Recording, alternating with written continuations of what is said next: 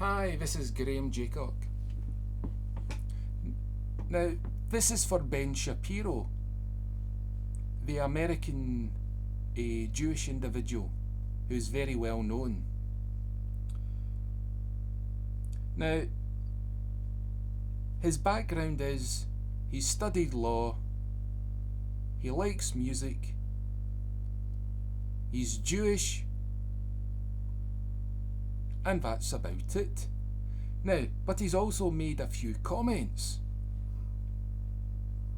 Oh, incidentally, related to my channel, he says a good musician is a person that sight reads. So, if you want to decide whether my channel is trustworthy or reliable, ask Ben Shapiro to judge my musicianship. Anyway, back to the main purpose of this video. Ben Shapiro has said a few things. Firstly, Ben Shapiro studies law. And the comment he made is, every American has the right to bear arms, because he quotes, what is it? Is it the Second Amendment of the United States Constitution? And it says, blah blah blah, the right of the people to keep and bear arms shall not be infringed. Right, I'll cut to the chase before I explain. The two, was it the lawyer in America who wears a pink top for some reason, who was charged because on the Black Lives Matter protest they came out in their garden bearing arms, and they used as the defence, it's a God-given right to defend ourselves with guns. Come on, people, it's a God-given right. Wait for it, to martyr yourselves. Now, Ben Shapiro can testify to many Jews his Jewish ancestors martyred themselves for God. You see, the problem Ben Shapiro has, and I have all my sympathy, Ben has to obey two laws. First, Ben is a Jew, and he has to live by the Mosaic law. But Ben also has to live by the law where he lives. So Ben lives in America, I think. So he is under the law that is given to that land. So, I mean, the question is, how much does Ben love God? Because he's got to choose at some point which law is good for humanity and which law is not. Because Ben, he was talking, when he had the interview with John MacArthur, American preacher, he said, Jesus hasn't contributed much. Well, you are quite wrong, Ben, because I'll use what I've just explained, martyrdom. Jesus equaled God because Christians martyred themselves for Christ. You see, what Christ did put Christ on the same level as your God. Because let's look at your prophets. The weeping prophet Jeremiah. Now, sources told me he was martyred. He was martyred for his belief in God. Now, you don't take away, if you're going to say, I don't like that Christians martyr themselves. Well, where do you get off on saying that you have so much faith in what happened to your prophets? Or even the people, all of your ancestors, you have to account for them. When they died, were they martyred? But we don't know anything about. They were martyred because of their belief in God. If you read some of the Psalms, it gives a quite a what's the word? It gives a quite a strong sense of appreciation of what your ancestors believed. I'm not saying they were sincere or true to what the Psalms related all the time, because at some point the exile happened. But I'm saying bits, spots in history surely had good Jews or good Israelites, depending on what time frame. Now, so when you say Jesus hasn't contributed anything, he has been.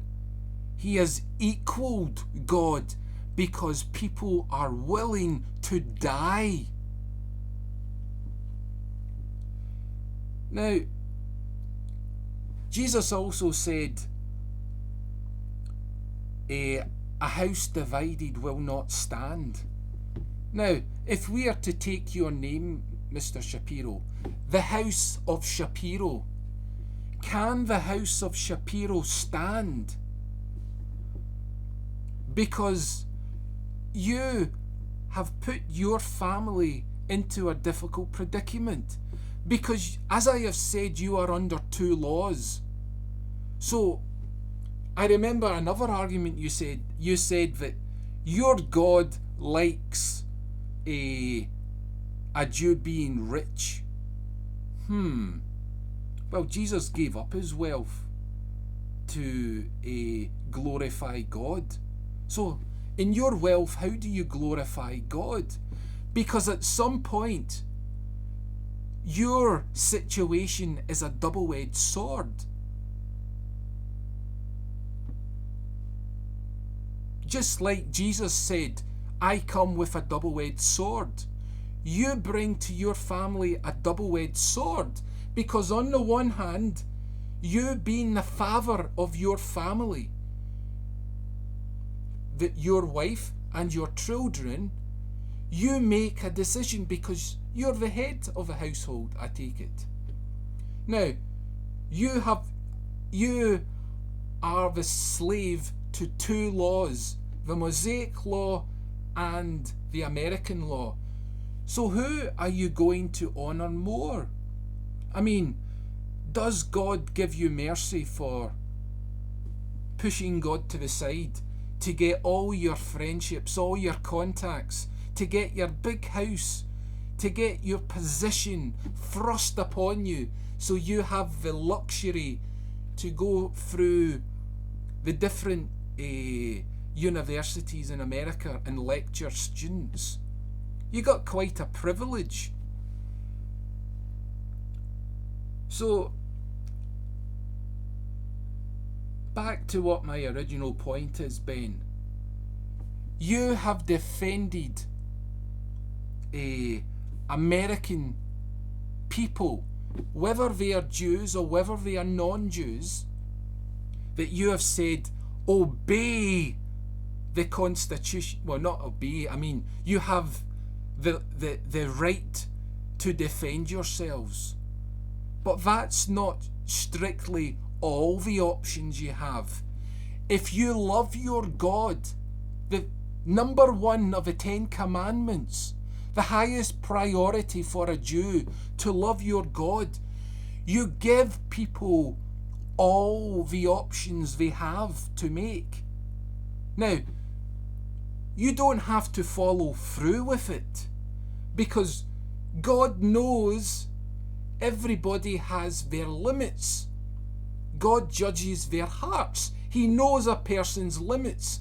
That's why, if you remember an incident in the Garden of Gethsemane on the morning of Christ's arrest, when the people were coming to arrest Jesus.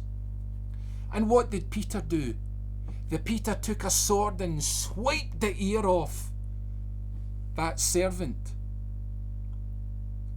And Jesus healed that servant. You see, Jesus showed mercy to Peter. However many mistakes Peter made, Jesus forgave, rebuked, and made sure that Peter understood how he had to progress.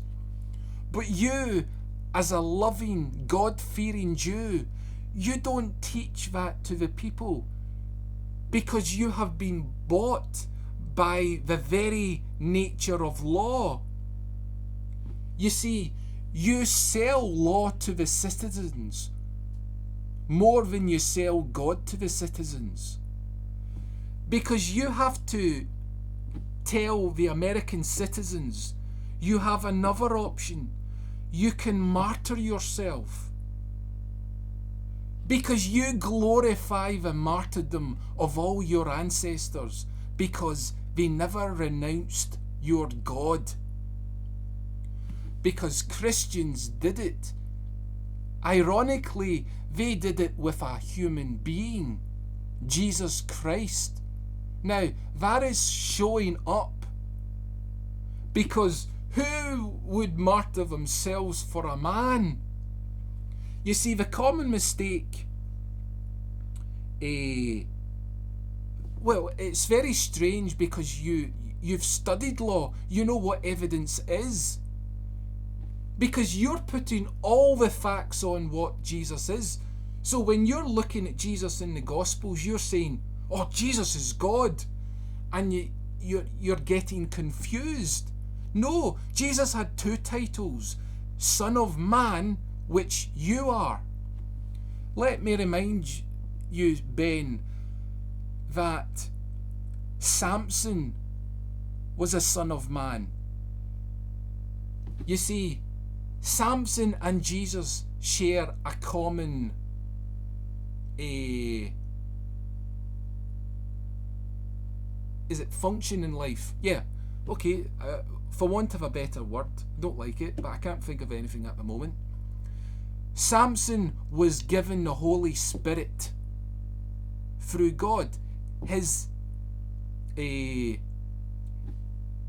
birth was prophesied. Well, not prophesied. I mean, there was something special about. Well, it was prophesied. It was something special about. I mean, localized prophecy.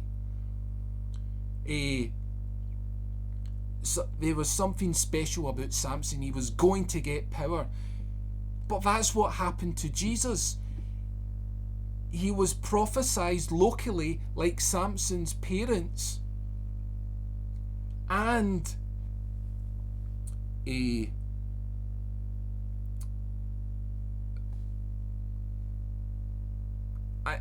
so we have two people, Samson and Jesus, both received the Holy Spirit. Jesus received it when he was baptized in water. Now,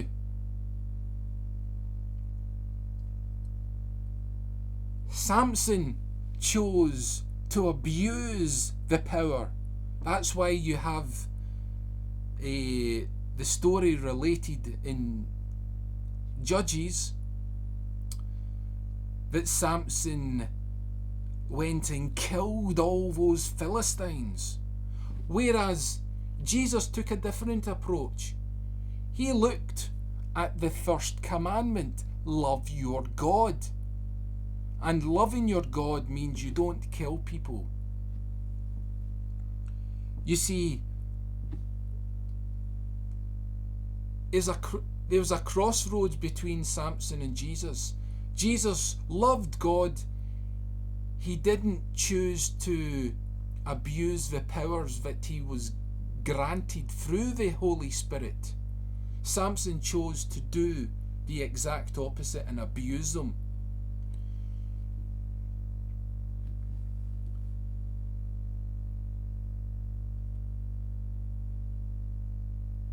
So, I mean, this is all very familiar territory to you, Mr. Shapiro. But the difference between what I'm going to say next is the crux of the weakness of your argument. Because you've studied law. You see, when you argue with people, you're in conversation, there's no protection. But in a court of law, you have to take an oath that you will not lie. And what's doubly worse for you, your God says, do not lie. So, Mr. Shapiro, I want you to talk with a Christian lawyer or Christian judge. You as a witness on the stand, where you are under oath to God that you cannot lie. You cannot use the power of speech and manipulation and just dismiss things. Because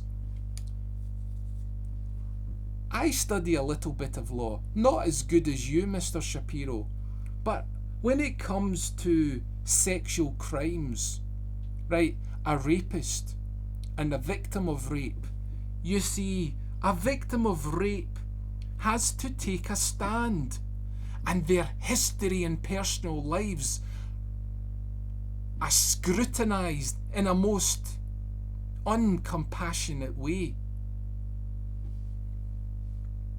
Now, that's what you like about the law, but it's strange when you defend your Jewish beliefs.